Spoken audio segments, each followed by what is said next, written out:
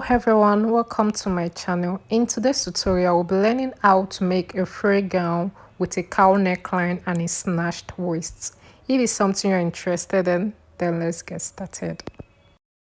I will be cutting my back first, so I folded my fabric into two using the highest circumference, that's my hips. I've also drafted a pattern for my basic bodies, that's the upper part. So to all my measurements, my bust, waist and hips, I added 3 inches to it because I want it to be quite free.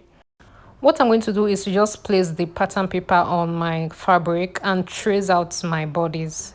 I didn't know I was not filming this part. So what I did was to just go down by 8 inches for my waist. That's my hip measurement. Then I measure quarter of my hip. From my hip, I also measure my full length. Since it is a A-shaped gown, I added 4 inches to my hip measurement. Let's say my hip measurement is 10. I added 4 inches to it. That makes it 14. That's what I use for my hemline. I'm just going to draw a straight line from my hip to the hemline. I want it to shape my hip line so there will not be any sharp edges. I had to place my fabric on the floor before I could cut it out.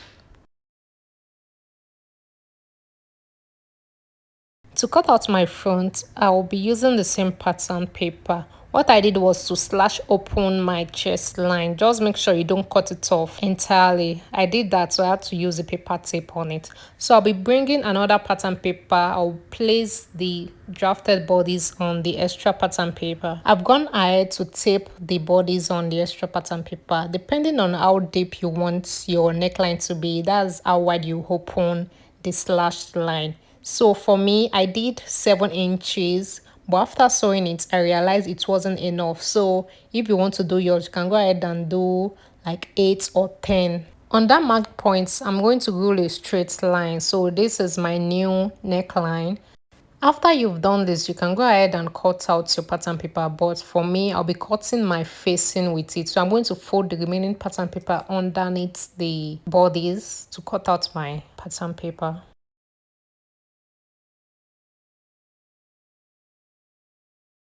This is what it looks like once I'm done drafting it. If I'm going to make this dress again, what I'm going to adjust is the neck depth of the cowl neck. So I'm going to make it like 10 inches. I went back to the floor because that's where it's convenient for me. What I did was to just pin my back piece to my fabric. So I'm going to cut it out together.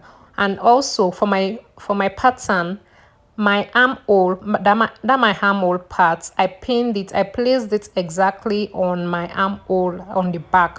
So when I'm cutting it, when I reach the armhole, I'm just going to remove my back and cut the upper parts of the front with the pattern. So guys, this is what the front piece looks like. So if I want to stitch this shoulder, all I have to do is place my back piece on my shoulder line, then just fold the facing on it. This is my back and I already cut out facing for it. What I'm going to do is to just stitch the facing on the neckline. I'll be notching the neckline once I'm done stitching it.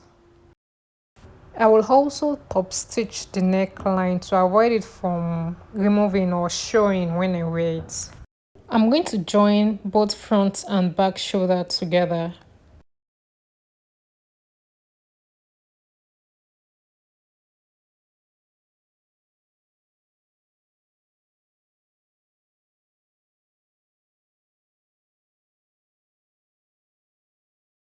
I've also made straps that will be attaching to the side, so it measures 3 inches. From my armhole, I'll go down by 5 inches. I'm going to mark it, then I'll start pinning the straps on it. I'll be leaving half an inch space between the straps. For each side, it will be about 5 straps, so I'll do the same for both. After pinning the straps, I'm going to stitch them down. Then I'm going to join my side seams together.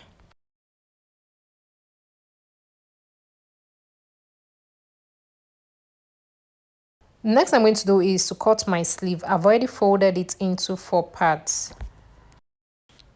I drew out a horizontal line where my measurements will start from. Then I went ahead to measure the length of my sleeve.